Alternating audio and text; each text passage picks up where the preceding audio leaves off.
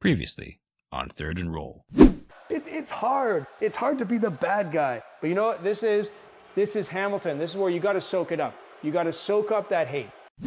Why did Bruce Clark not sign in the NFL? It's because he has a girlfriend with 2 kids who has committed, it seems like, very serious tax fraud. I cannot wait to see the next time that Bruce Clark and yourself meet each other in a hallway, because it sounds like something like that was told in secret.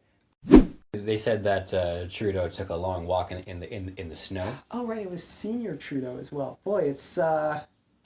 Guys? 1980s, 2019 all over again. It is an age of Canadian football domination. In the West, the Edmonton Eskimos are a dynasty without equal. Behind the quarterback tandem of Tom Wilkinson and Warren Moon, the Eskimos won 5 consecutive Grey Cup championships between 1978 and 1982. In the East, 4 teams battle it out through a 6-game season to see who will meet Edmonton in the championship game. The Toronto Argonauts have not hoisted a Grey Cup since 1952. Will this be their year? Let's find out. This is Third and Roll. Welcome to Third and Roll, a Canadian football board game podcast. This is the podcast where we play the 1985 board game Canadian Armchair Football. My name is Spencer. I'm here with my brother Alex. Hello. We've also got Dwayne here today. This is episode 8. This is the second half of the Labor Day Classic between the Toronto Argonauts and the Hamilton Tiger Cats. This is a battle for first place. We have Alex, who's playing for the Argos. We've got Dwayne here playing for the Hamilton Tiger Cats. Let's go see what happens in the second half. I'll throw it up to Edward Welch, Norman Knuckleberger, and Dave Marler in the booth. Guys, take it away. It is Bernie Ruoff, the National, coming on to kick the ball off to the Toronto Argonauts. Okay, so for the second half, I've deflated the footballs. I've checked the rule book. There's nothing in the rule book against deflating the football. So it's going to be good. Okay, so Ruoff is back. And it is a real monster kick by Ruoff. That is a 65-yard kick. It is high, it is deep. The Argos take the ball at their own goal line. Who is that? Looks as though it is, they've got Preston Young back there returning the kicks now. So they're letting the defensive back get a couple extra touches. He runs up the middle where he is met by a wall of Hamilton Tiger Cats, and he is stopped at the 15-yard line. So it will be first down, Toronto. to start the second half, up 14-7. Now that's how you kick off the ball. Very impressive kickoff play. Get it right to the goal line. Do you switching dice for luck purposes? Yeah, that's right. Okay. I'm deflating the ball here. All right, so we have Jackson under center. Cue his music. It is a pass from option from the 15-yard line. Jackson to Greer over the middle. It's a slant pass. Greer with a 15-yard pickup. Hamilton closing in on him. Let's see if he's able to do anything with the ball after the catch. And looks as though Shaw with another broken tackle. Another missed tackle from Shaw. With that, Greer picks up another 20 yards. So that is a 35-yard passing play to start off the second half.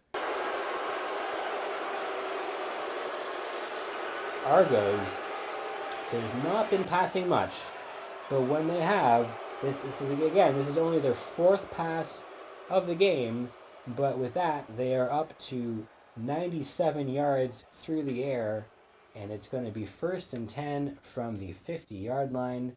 Jackson pitches the ball out to Metcalf, and looks as though, oh my goodness, it's our favorite man from Yale, Greg Dubinetz, busts through the line. That's a huge hit. Stops Metcalf for a loss of 6 yards. He really knocked him back there. I said it time and time again. I do not know for sure if Greg Dubinitz went to Skull and Bones, but he went to Yale, and that's all I need to know. But he really dropped a hit that hit his skull. It hurt his bones. Football is a violent sport, even with dice. This is Jamal Campbell, number 67, offensive tackle from the Toronto Argonauts. You're listening to Third and Roll, a Canadian football board game podcast. Okay, so the Argos, 2nd and 16. Jackson, let's see if he can make some magic happen here. Jackson with the pass. Again to Greer. Intercepted! David Shaw slaps the ball away from Terry Greer and recovers it. Let's see if David Shaw is able to do anything with the return.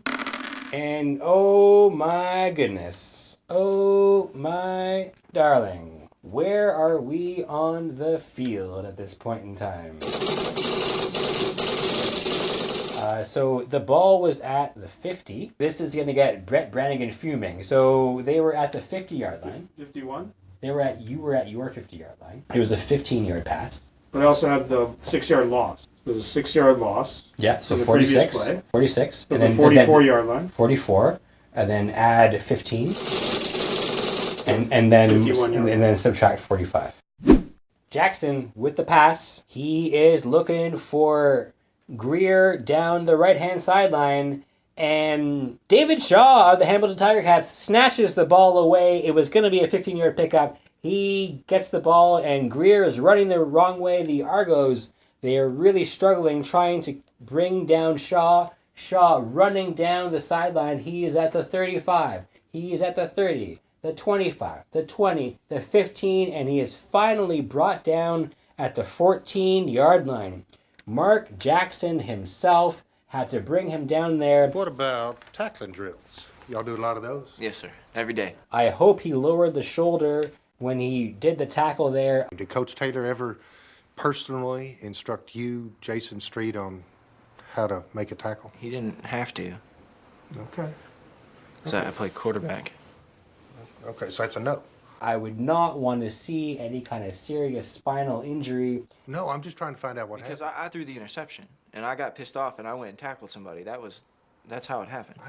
I know, but when you tackled him, you had your head down. You do not like to see a quarterback doing a tackle after interception. He's getting involved in the play, and, bless him for that, but that is his first interception of the game.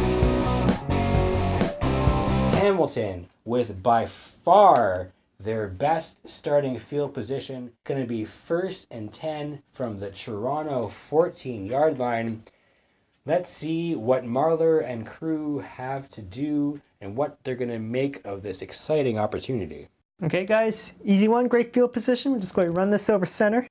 Okay, Marler hands the ball off to Crawford. Crawford up through the middle. Clark's there to stop him, but picks up 3 yards. 2nd down. So it's going to be 2nd and 7. Hamilton from the Argos 11-yard line. Listen to that crowd. That crowd, they were so excited with that interception return. They are quieting down now. Looks as though Marler is waving his arms at the crowd, telling them to be quiet so that he can communicate with his team. Let's listen in on what he's saying. Coach says quick screen pass. Marler with the pass. It's a wide receiver screen out to Clarkson. Clarkson with his first reception of the game with his 7-yard pickup. There's a flag on the play. Let's see what the result of this flag is. Wow.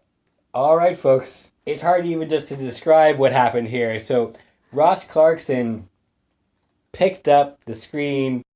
He got 7 yards down the field. He was so excited that he had finally made his first catch as a Hamilton Tiger Cat that, can I even say that? I think he said, frack! Yeah. And he shot out his fist, which connected right squarely in the jaw of Preston Young on the Argos. Flags were flying from all the way on the other side of the field. That is, if you can believe it, offensive roughing and an unsportsmanlike conduct penalty. 2 words, the first word of which started with F. But I didn't say anything. Jason, he didn't say it, but when he mouthed it, it was readily recognizable by me. I don't give a frack. 30 yards of penalties on the play. That's going to push it back from the 4 to the 34-yard line. And he said it twice to John Lundrigan, the member from Gander Twilligat, and he also said the same thing to me. Of course I didn't say anything. He's lying. He is fracking lying. That is going to make it a 2nd and 30. You lost your fracking mind. Okay, I can hear coming out of the black box of the studio. Let's go back to Brett. I cannot believe that these referees are not letting them play. How many... Can we at least have one game where we do not have 30 yards of penalties on one single play? There you have a guy. He's been playing in this game for years. He gets a little bit excited. He says, I don't give a flying frack. And he's just having a good time. He's playing it up for the fans. This game is for the fans, right? Those fans were loving it. They were enjoying it. Why won't these referees let them play? Ah! Strong words there from Brett. He does not like penalties whatsoever. And because I smile at them in derision, they come stomping out and, go crying to mama or to television that they've been insulted or something?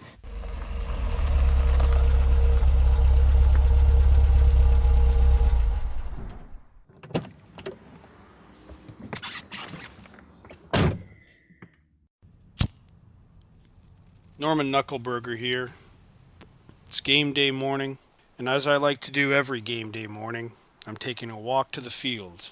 I love seeing that empty stadium, empty field, just soaking up the atmosphere of game day.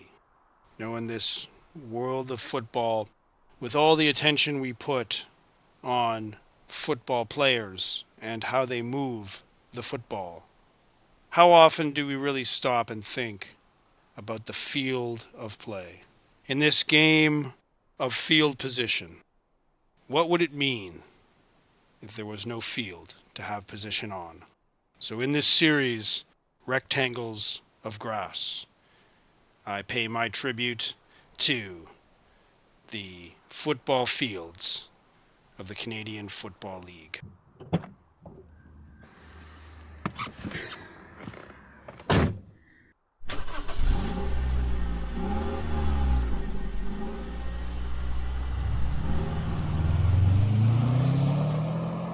Really difficult timing here for Hamilton. So 2nd down. And 30 from their own 34-yard line. These games change so quickly, and surprises always around the corner. But it's never satisfying when a big play happens by the referee's call. But hey, that's an unfortunate aspect of the game that you have to have a rule for it. It sucks when you have the penalty, but when you're punching a guy in the face, that's gotta be a flag. I mean. It's really amazing the level of detail they go into in the rule book to have a specific penalty and a specific flag for a guy to swear and accidentally punch another man in the face. Well, the swearing, that should not be a penalty. What is this? Are we going to give a 1-yard penalty for bad language? This is a game where people are crashing into each other and suffering, and to not let them express a few expletives is really just cruel to make a man suffer without letting him say, "Don't frack with me." Okay, I thought you were going to go right up to the point without going over the edge there, but we'll have to bleep that out. There's a way that you could describe what was being said without actually saying it yourself. I just want to point out it's 2nd and 30 from the 34-yard line. Hamilton is only down by 7. They retain possession after this play. They can still kick a field goal. Let's go down to Marler, and he's got a quizzical look on his face. Looks as though a play has been called by the coach, and let's see how he is going to. Is that correct? Okay, Marler under center, and he is stuffed. That was on 2nd and 30. That was a quarterback sneak. Norman, it's hard to really think of what the logic was there with that particular call. I hate to think if Ham's given up on the game here. there's even other plays they could have called that probably would not have resulted in a turnover, where you could have maybe gotten some kind of positive yards. But, okay, so looks as though Dave is giving me the just you wait. Looks as though he's been listening to our own Prime Minister, and he's saying, just watch me. 2 words, the first word of which started with F. Fuddle duddle. So it's now 3rd and 30. Are they going for the field goal? So we've got Bernie Ruoff coming on, as this is going to be a 34-yard field goal. The kick is up, and it is through the end zone. That's going to be a single point for the Hamilton Tiger Cats. So with that, it is now 14-8. Argos. Tiger Cats get the ball deep in Argos field. A quite outrageous call by the referees results in them being pushed back, but they still do pick up 1 point. So we can say it's for the first time this season, it's a rouge. A single point.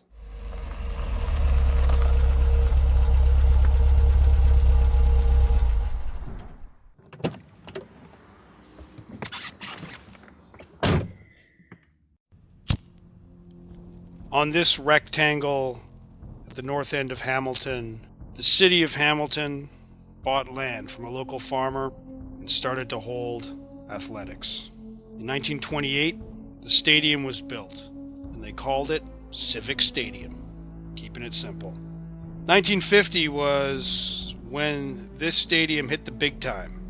That was when the Hamilton Tigers and the Hamilton Wildcats merged to become the compound menace they call the Hamilton Tiger Cats. And in the 50s and 60s, this place was famous for being one of the ugliest venues for football around. It was so ugly that television broadcasters would try their best to avoid filming here. But then they shook things up. 1970, they began a rebuilding of this place into what was, for a time, the biggest stadium in the league. Over 34,000 seats. Could have been a glorious thing, but they made one big mistake. They forgot the essence of a rectangle of grass.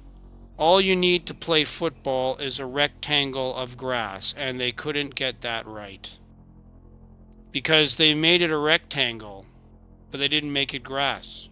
It was around this time that some people with big ideas thought that grass was a thing of the past, and that we'd be okay with this new invention that first they called it chemgrass, and then it was more fancifully rebranded to AstroTurf.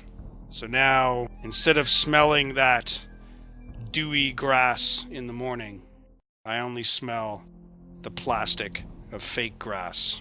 So, my favorite memory, though, of this place is 1975, when Pink Floyd played the last show of their North American tour. And in the grand finale, they decided to use up all the remaining fireworks, and they blew up the scoreboard. Yep, that was really the high point here at Ivor Wynne. Now it's remembered for dreary and gloomy matches. And really, nothing says football, nothing brings out that dark side of football better than this. This sad, yet in its own way wonderful, little rectangle of fake grass.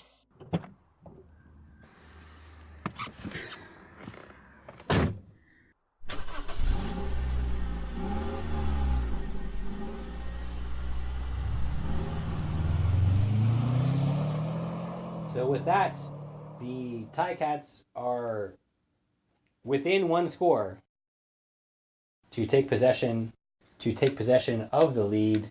So Bernie Ruoff staying out on the field, going to do a kickoff. You still have the kick.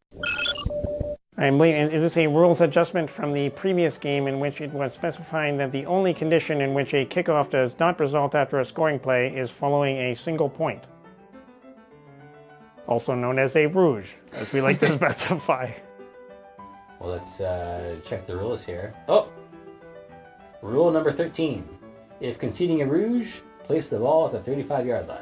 So, well, I'd also like to point out that this is following the specific rules of the Canadian armchair football interpretation of the Canadian football rulebook, and that we have not conclusively determined that we will follow all its rules.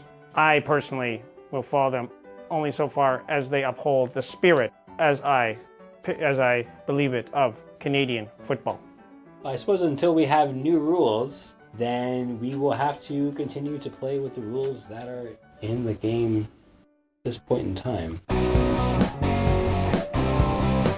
Yeah, Dwayne, what's going on? Okay, so here's what I'm thinking. Yeah. It doesn't make sense in the game world, but like, in football, maybe like I just wanted to like get into better position to kick that field goal, I want to sort of move the guy over a little bit. That'd be good, And sort of lining things up, just like, get my kicking team out there. 35 yards, pretty good. I can kick that, that's makeable.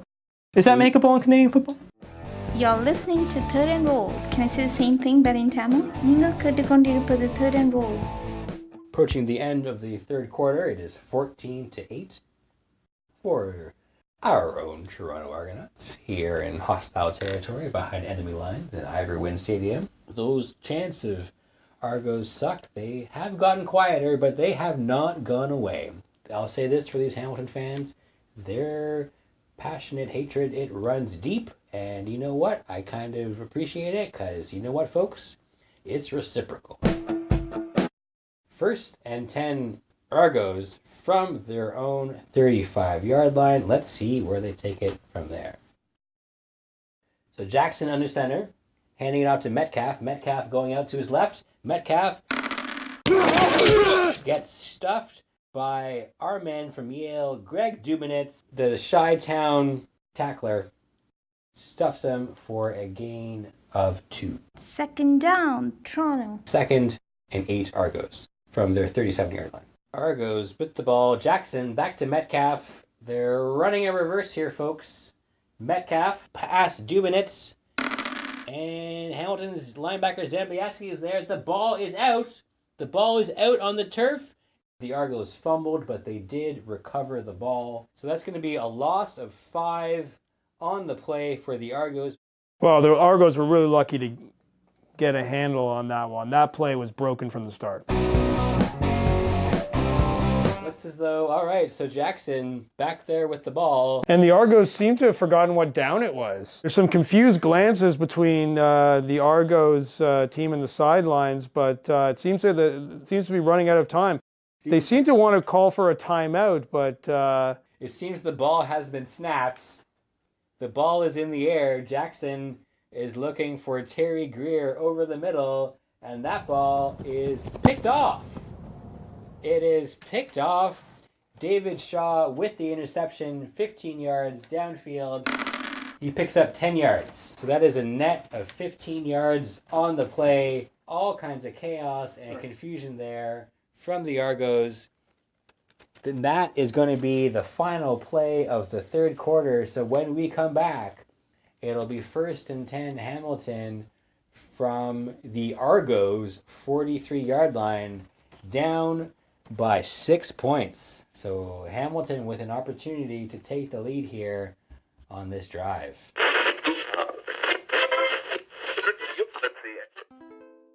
Greetings from the desk of Dr. Photius Balloonicus.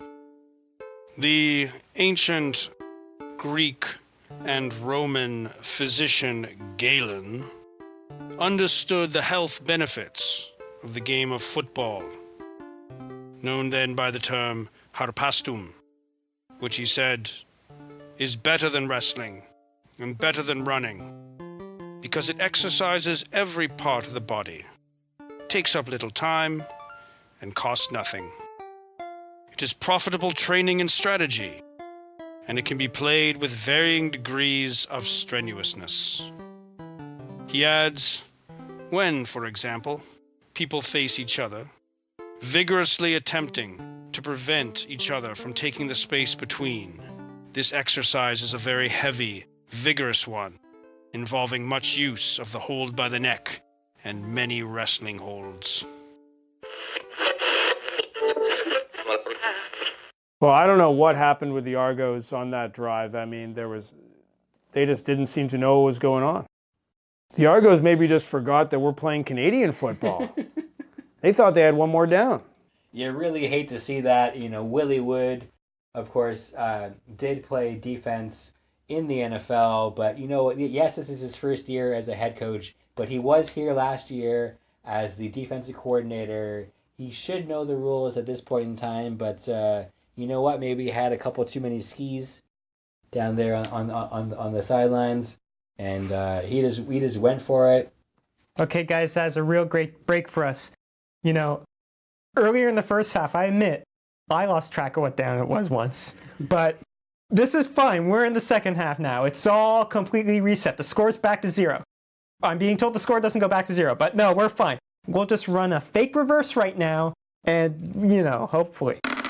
As though it's going to be reversed. No, it is a fake reverse. Crawford picks up 5 yards in that play. So Crawford, that's going to bring the ball down to the Argos 39-yard line. So 2nd and 5, Hamilton here. Very manageable second down for Marler. Off right tackle.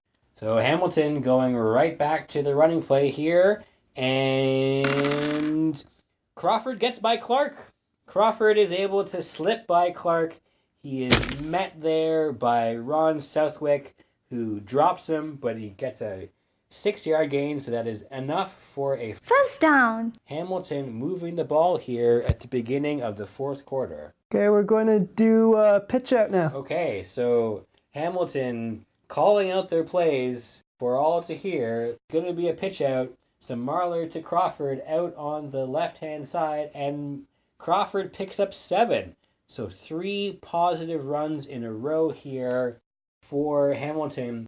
I just want to point out that prior to this drive, Crawford had 19 yards on 7 carries, but on this drive alone, he's had 18 yards on 3 carries. So he's almost doubled his contribution for the game to this point on just these last 3 plays alone. Okay, the coach has been getting in my ear. Apparently, I've been naming the plays very loudly so the defense can hear us. All right, so let's not do that anymore. Okay, guys, listen up. This next play, over center. Okay, so it's 2nd and 3, Hamilton. We've seen this before on this drive. It's going right back to Crawford. Crawford with the ball, and Crawford picks up another 6 yards. So 4 back-to-back runs here for the Hamilton Tiger Cats. They are down at the 19-yard line. So 1st and 10, Hamilton from the 19-yard line. Norman, is there something about either the Hamilton offense or the Argos defense that is making these plays happen the way they are unfolding on the field? Yeah, there's something really off here with the Argos run defense. I mean, they've really got to adjust off this, like dropping in a linebacker underneath coverage as a free defender. It's about fundamental techniques. That's what's missing here. Fundamental techniques by the Argos run defense. They really have to wrap up on those tackles. I mean, Bruce Clark, we learned a lot more about him at halftime than we knew coming into this game. He has missed a few. He could have stopped a few rushes at the line of scrimmage. He's let them go by him. I don't know why, but Norman. And for every run play, you need a determined point of attack where the play is designed to go. And if the point of the attack is in the off-tackle area, for a defense to have success, the nose guard can't be hook blocked or scoop blocked. I mean, the outside linebacker has to go to meet the fullback as far in the backfield as possible. He has to tackle his inside shoulder, keep his outside arm free. Then the middle linebacker can shuffle and attack the guard, not wait for him. But if they don't do that, well, the middle and outside linebackers have to attack in order to turn the play back inside. And it seems like they were not doing that, were they, on that play? And that's why they were able to pick up 6 yards. So it's going to be 1st and 10, Hamilton from the 19-yard line. Okay, guys, we can run this one from option. Hamilton sticking with the running play here, and looks as though Crawford picks up 4. So they did not fool the Argos with that run from option, but they still picked up 4 yards, so it's going to be 2nd and 6 now for the Tiger Cats. Okay, my arm's getting hot. We'll just throw a screen pass now. Okay, Marler back. He is looking to dump it off to Crawford on the screen, and Crawford drops the ball. So it is going to be 3rd and 6 from the 15-yard line. Okay, that was a mistake. We're going to run a draw play now. Hamilton staying out on the field, and they are stopped short of the first down. It was a 5-yard pickup on the play. Ron Southwick comes in and stops them just 1 yard short. It's going to be Argo's ball at their 10-yard line. Well, I have to salute the Tiger Cats for going there with 6 yards to go, but to get that close. They were very close there. So that was 3rd down. That was 3rd down? I lost track of the downs again. Well, ladies and gentlemen, it's that thing about Canadian football that just keeps biting you. There's 3 downs. 3 is such a small number of downs. So it was first. It was 1st and 10 from the 19. There was a run for 4 yards. There was a screen pass that was incomplete, and then it was 3rd and 6, and then it was a run for 5 yards. This is Chad Owens, the flying Hawaiian and former receiver for the Toronto Argonauts. You're listening to 3rd and Roll, a Canadian football board game podcast. The Argos with the ball. They are going right back to Metcalf. And Metcalf has a hole. Metcalf is going all the way up, and he gets stopped at midfield. That's a 45-yard pickup. What a run.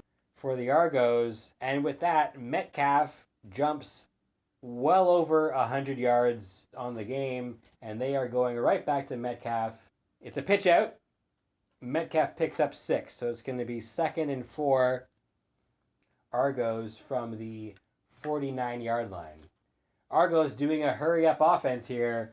It's a run under center, and they pick up 2. So going to be decision time here for the Argos. It's going to be a 3rd and 2 from Hamilton's 47-yard line. Guys, don't worry. It's a 3rd down. There's a 50-50 chance that they forget what down it is. I believe I even said that it was 3rd and 6. So it is going to be 3rd and 6. But I like to point out the Argos aren't mic'd up, so they can't hear you. That's true. And so I guess, I can hear what you, Dave, are saying, but you can't hear what I'm saying. All right, so the Argos are staying on the field here, and maybe the quarterback with if you have a transmitter should also have the earpiece, and then you can be part of the. I kind of feel like we've had some back and forth, but I may be mistaken with that. Maybe that was just when you were in the studio. Well, anyway, only you know. I mean, someone would have to listen to this to find out the answer. But so the Argos with the ball. On 3rd and 2. I just realized my mic is live. I hope the studio didn't pick up what I was saying before. So Argos with the ball. They are staying on the field. They are trying to put their boot on the neck of the Tiger Cats on the road. Jackson hands it off to Metcalf, and Metcalf gets met by a pair of skull and bones, and he gets dropped for a no gain on the play. 0 yards there. It is a turnover on down. So with that is the Argos' 3rd turnover of the game. Hamilton with that fumble in the first half. So Argos have the lead here 14-8, but they are losing the turnover battle, and so it's going to be 1st and 10 Hamilton from the 47-yard line. And with that, we are going to take a break and we'll be right back after this. Next time on 3rd and Roll. Okay, guys, just so we're all clear, it's 2nd down right now. That was a real hit there that Bruce Clark dropped onto Crawford, and he was staring daggers at Dave Marler the entire time. I could have sworn the fields were 120 yards long, but I was mistaken. They're only 110. I'm not sure that makes any sense. 3rd and Roll is an independent Canadian football board game podcast recorded in Toronto, Ontario in 2019. Today's episode features the voices of Spencer, Alex, and Subi. This works for me. Thanks, Subi. Our cover art is illustrated by Bryce Hall. This episode was edited by Spencer Adams from Toronto. Our theme music is Magic Mountain by Jazzar. Brett Brannigan's theme is The Spellbreaker by Tritachyon. Both songs used through a Creative Commons Attribution License and freemusicarchive.org. Ron Booman's theme is Bach's Mach für Daak, performed by United States Army Old Guard Fife and Drum Corps. The Pedant's theme is Bach's Variato una 5 clave, performed by Kimiko Ishizaka. Todd Gray's interview music is Bach's Aria Variata, variation number 3, performed by Brandon Kinsella. That's a lot of Bach. All Bach pieces used are in the public domain. If you'd like to help support the show, you can tell a friend or leave us a 5-star rating on Apple Podcasts or whatever podcatcher you use. Or you can head on over to patreon.com/thirdandroll and become a patron to get exclusive early access to new game episodes and to become a recurring character on the show. If you want to get in touch, you can find us on Twitter @thirdandroll or send an email to thirdandroll@gmail.com. New episodes every Wednesday. Thanks for listening, and we'll see you next time on Third and Roll.